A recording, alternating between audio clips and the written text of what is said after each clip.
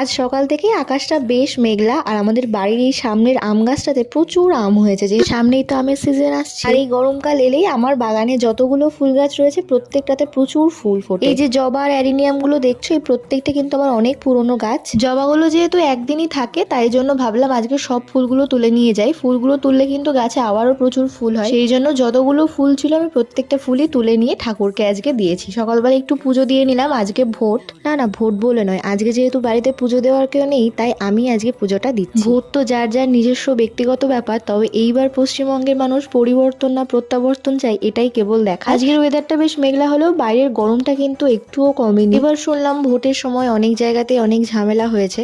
ঝামেলা ছাড়া ভোট কোনোদিনই হয়নি যদিও। আচ্ছা চলো এবার যাওয়া যাক। ভোট দিতে যাব আমাদের বাড়ি থেকে কিছুটা দূরে একটা স্কুলে। সকালবেলা গিয়ে ফাঁকায় ফাঁকায় ভোটটা দিয়ে আসবো ভেবে সেই যেতে যেতে মোটামুটি দুপুরই হয়ে গেছে। তার উপরে মাঝ রাস্তায় গিয়ে মনে পড়ছে যে আমি ভোটার কার্ডটাই আনিনি।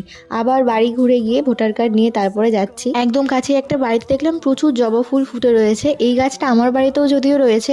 তো অবশেষে ভোট দেওয়া কমপ্লিট, আর দুপুরের লাঞ্চটা আজকে অনলাইনেই আনিয়েছিলাম। অনেকদিন পরে আজকে কুলচা, পোলাও আর চিকেন কষা অর্ডার করেছিলাম মাদার সাইড থেকে। মাদার সাইডের পোলাও চিকেন কম্বো যেটা দেয় সেটা আমার বেশ ভালো লাগে, আর প্রত্যেকটা খাবারই খুব ফ্রেশ ছিল যদিও। বিকেলবেলা লাঞ্চ করে একটু ঘুমিয়ে গিয়েছিলাম ছাদে, আর ছাদে প্রত্যেকটা গাছে জল দেওয়ার পরেই দেখি আবার আকাশে মেঘ করতে শুরু করেছে। এখন যেরকম ভ্যাপসা গরম পড়েছে, প্রত্যেক দিন দুবেলা করে গাছগুলো কিন্তু স্নান করাতেই হয়। আচ্ছা চলো আজকের মতো এটুকুই, বাই।